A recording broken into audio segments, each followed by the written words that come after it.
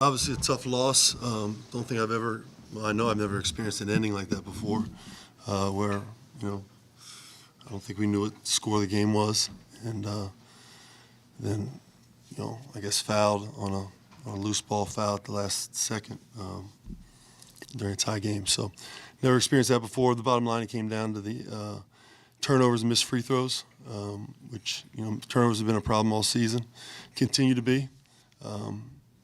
We're, I think, third in the country right now in turnovers that aren't steals. So basically unforced turnovers, travels, jumping in the air, making passes out of bounds, ball screen, throwbacks. We work on them every day, all week long, but we can throw them over people's heads.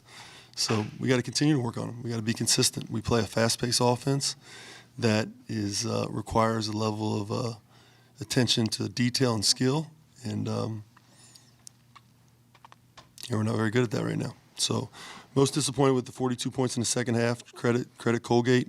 Number 25 was the best player on the floor. So it's several times we've been beat by a singular person with the best player on the floor being on the opposing team. And we had about 3 different matchups on him, tried several different things. He's a tough matchup. Bottom line, he's a tough matchup. We knew that coming in. Player of the year in their league. Reminds me of the McDonald kid I had at Northern, only probably better in terms of ability to put the ball on the floor and make plays. He got into a rhythm. And then in the second half, late in the last few minutes, I felt like we had some guys going on an island. And, we've got to correct that. When they tied the game up and the inbound pass was made into Brannen, did it look like he didn't know what the score was? He didn't know what the score was. He was sort of walking. Yeah, he didn't know what the score was.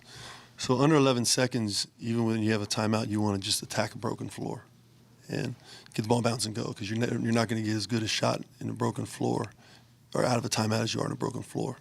And I don't think he knew what the score was. Did he give an explanation? Did he get spooked and then just kind of throw up a shot? I haven't talked to him. I talked to the team, and I came out and did media. It's obvious he's not playing the way he was last year. I know there's been injuries and conditioning and things like that. Tonight, at the end, was that clearly a mental issue? Do you feel like there's something? I don't know. I mean, I don't. A lot of people compare things to last year. I have no idea. I only saw one game last year. That was the game I coached in.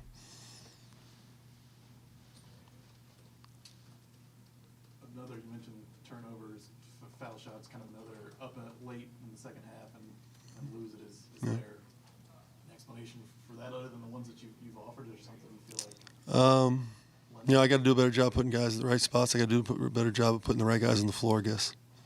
And that means sitting guys. It's maybe unpopular. It's unpopular. I got to do what's right for our program right now, and that's on me. Did you get a good look at the foul that they called at the end? I didn't. I mean, I'm shocked it was called. I mean, shocked that you could go call a foul like that in a situation like that. But I was also shocked at the number of fouls that were called late in the game tonight. Anything else? You mentioned Ivan Elskis. Was there something you guys feel like you did better on him in the first half that didn't do in the second half? Or was it That's a good question. No, I felt like they made some adjustments offensively and took advantage of some ball screen stuff. I thought Chris McNeil probably did a good job on their ball handler. Micah let the ball handler get free a little bit, which caused our big to have to be drug out, and they threw back. Sorolla did the best job on him, but then once he got it going, it's just tough because Chris gives us so much offensively, and Sorolla gives us more defensively right now. So we'll look at it on film, other than I think they put our guys in some different positions. Chris get an IV or something? Yeah, he got an IV. Yeah. Was he sick or not feeling very good? No, I think he was cramping up. So we had to take him out for a longer period of time than I wanted to. I know you guys have been working on the turnovers. Is there a common theme or thread with why that keeps? We'll just have to keep, we'll have to get over a long period of time all of a sudden. We'll just have to keep doing it. What I'm not going to do is I'm not going to walk the ball up and run the shot clock down and hold the ball and then hope we don't have a turnover, so we just shoot the ball. We're going to play a flow offense. It's going to help us ultimately. We got to get better at it. We got to get better at it, and guys got to be willing to live in the details of it during the course of the week. And we got to get our entire roster to practice. That helps too. I know it's tough, but what are you guys' thoughts on that last sequence there? What happened? It shouldn't have come down to that. We didn't guard the second half. we give up 42 second half points. It was just a trend that's been happening lately where we give up a lot of second half points, and we should have let it come down to that. What do you think was the difference between the first half and second half defensively? I just think we didn't have enough energy. We let certain guys get hot, and then like once that faucet turned on, it was just hard to stop. Obviously, I know he's not out here, but I don't know if Jaren gave any explanation for what he thought was going on to you guys. No, we didn't speak to him yet.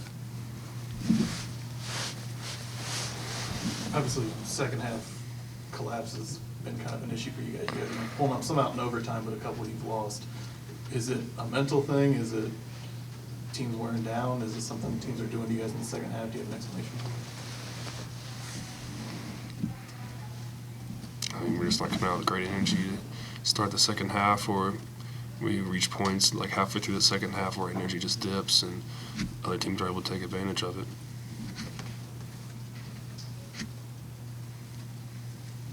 Coach talked about 25 Ivan Alcius, kid who obviously had a really good second half. Do you guys, Chris, I know you guarded him some, do you feel like he was doing something in the second half better, or something you guys did in the first half that wasn't working as well on him?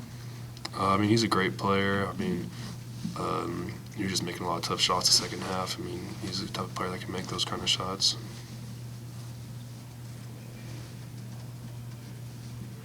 Mike had talked about the turnover balloons in practice yesterday and how that's something you guys focus on. Obviously, turnovers have been an issue. Is there something you guys feel like you can do to curb that at all, change that? Just taking our time on offense, just slowing down, making reads, Keith, what were those last 10 seconds like? I mean, were you trying to tell Jaren, the game was tied, or what was that like for you to kind of watch unfold? It was tough it was just tough for me to see, like I told him go, but he looked up and he just shot it, I didn't know if he knew like the game was tied up or not. He just shot it, and then Javen fouled the guy. It was just a crazy moment right there. Did either of you guys have a good look at the foul that was called at the end, at the very end? Not yet, no.